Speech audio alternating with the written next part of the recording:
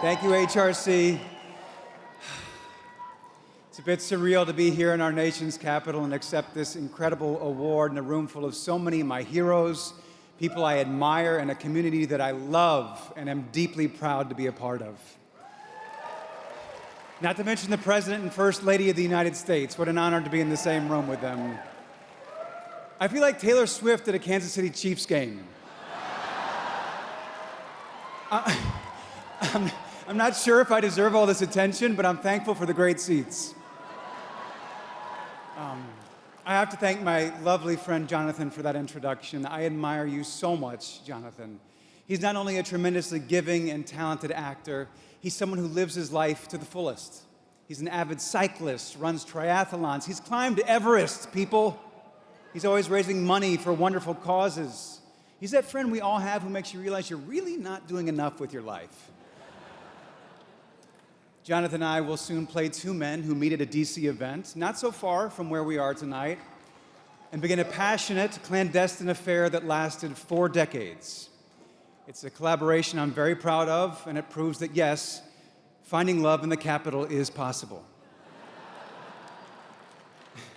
My husband didn't think that joke was going to land, but thank you. Receiving this award, something that the little kid inside me still feels undeserving of, made me seriously reflect on my past. I'm not going to lie, it's been a tricky journey at times. For too much of my life and career, I lived with a lot of fear. I was raised in a very conservative family in town where certain things just weren't accepted. And rather than fight them, I became very good at bifurcating my life, separating it into different compartments. This is public and this is private. This is who I am at work and this is who I am at home. I didn't realize how much years of compartmentalization would hurt and hold me back. Luckily, I met this extraordinary man by the name of Simon Halls, who I fell madly in love with.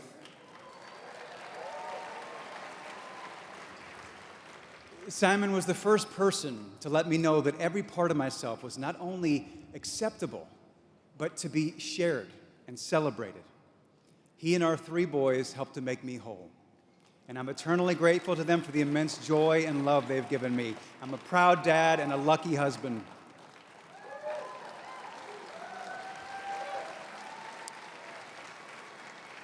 My personal life with Simon hit right as Hollywood was handing me everything I ever wanted in a career but never thought I'd get. A hit TV show, a big studio movie, lots of opportunities.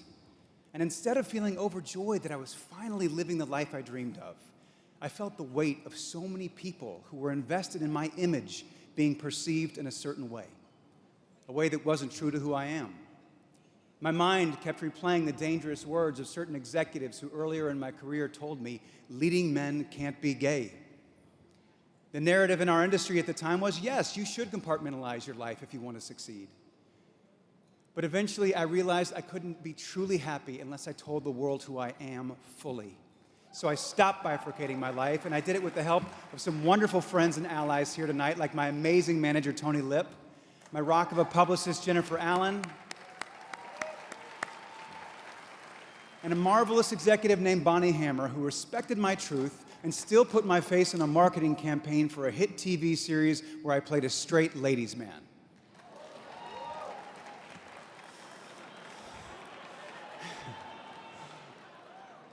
There's this Joseph Campbell quote that I think a lot of us can relate to.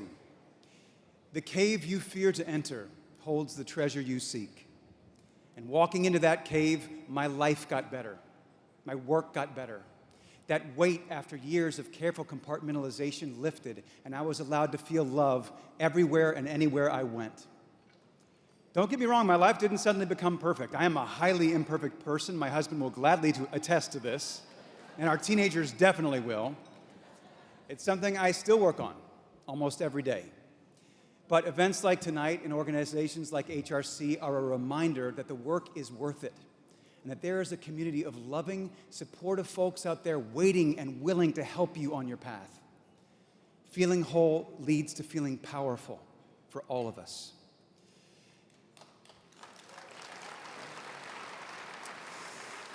In my life, I've been guided by the brilliance of bold artists and creators like Ryan Murphy, Ron Nicewaner, Billy Ray, Steven Soderbergh, Greg Berlanti, Robbie Rogers, Bradley Cooper.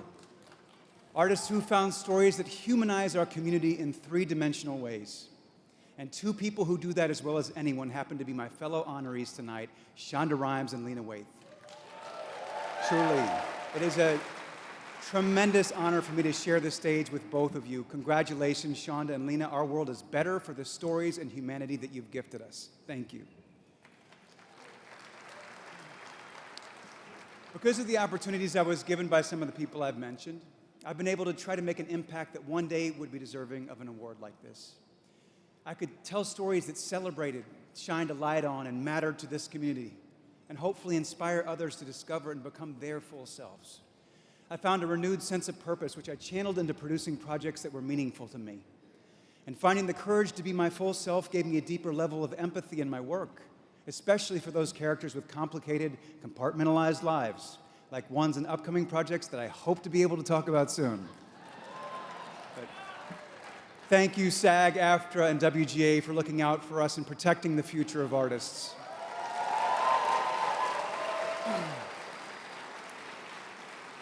There's plenty of inspiration to light my path. Like all of us, my life was much easier because generations of LGBTQIA+ activists fought and died for my right to feel whole. We all stand on their shoulders every minute of every day. Many of them are in this room here tonight. The folks out there doing the work every day, thanklessly, entirely, they are the ones who truly make an impact in all of our lives. So thank you.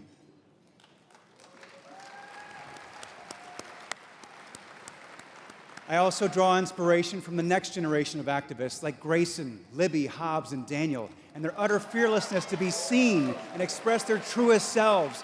Their joy is infectious and deserved, and their courage is truly remarkable. I didn't go to my senior prom, but I definitely would have wanted to go to theirs.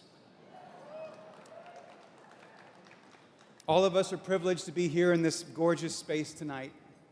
But outside the comfort of this convention center, the world can feel like it's coming apart at the seams. The images of the brutal terrorism, atrocities, and violence we've witnessed over the past week have been devastating to anyone who truly cherishes humanity. I'm grateful to President Biden for his calm, steady, and resolute leadership during these trying times. And I'm thankful that he continues to be such a steadfast ally to the LGBTQIA+ community. We need our allies now more than ever. The other day, I was in Laguna Beach, California. It's a liberal area in a blue state. Love Laguna Beach. And I went to a home goods store with a pride flag hanging outside, a place I know I always feel welcome. And the two men who own the place told me their store had been vandalized, their pride flag torn down a few times, and hate-filled people drove by on more than one occasion screaming expletives at them.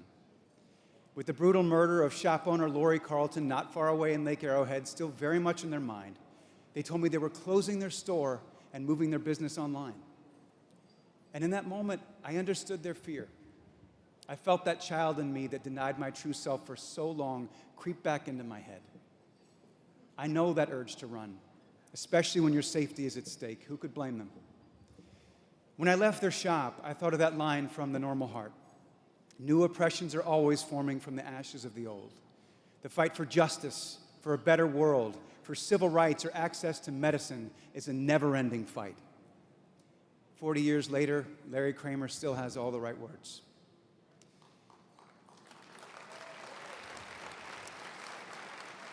Walking back from their shop, I felt a wave of gratitude wash over me for all those who work at the HRC. Tonight, we've all heard about the incredible work that the amazing Kelly Robinson and the HRC does for all of us. But at their heart, what they really do is help people rise above fear and find that amazing, joyous feeling of being whole.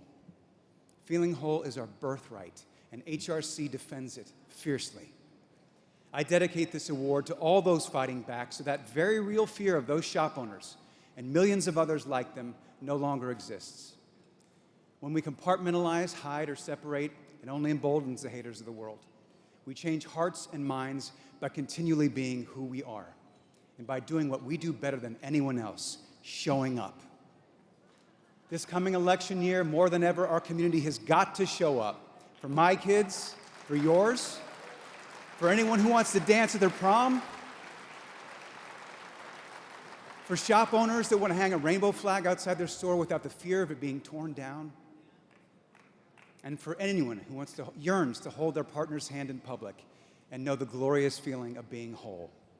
HRC, I will treasure this honor. Thank you. I love you all.